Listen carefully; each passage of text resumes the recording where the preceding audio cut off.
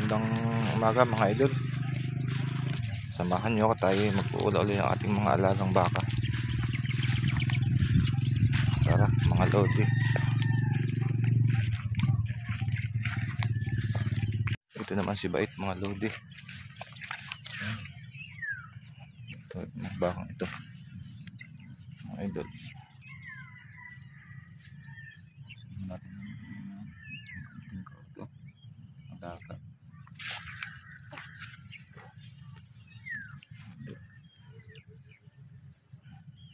Si Bait yung nanay yun, no? Tinali mga idol si Bait, medyo masukal ho, pero maganda naman po ang damo dito. Baka makapangain siya ng magandang damo yung mga idol. Sukal mga lodi. Ngayon pa lang si Bait po ay mag-aayam na buwan ng buntis. Maraming pong salamat mga idol sa panonood ng aking video, at sana po ay hindi kayo magsawa. Salamat po mga lodi.